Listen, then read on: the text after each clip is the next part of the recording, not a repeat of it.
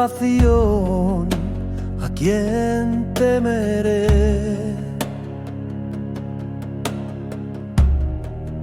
Adonai es la fortaleza de mi vida.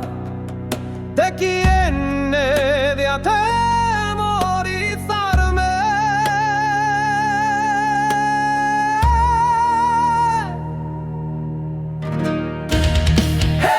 En su presencia no temo la oscuridad.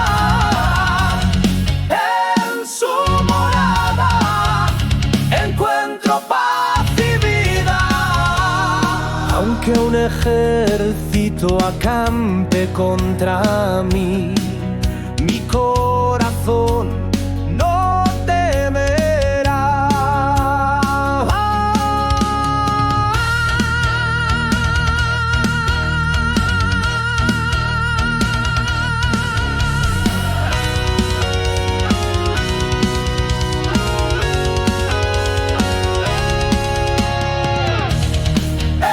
En su presencia no temo la oscuridad. En su morada encuentro paz y vida.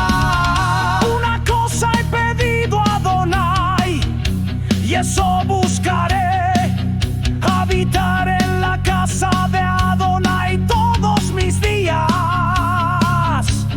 Contemplar su hermosura y meditar en su templo.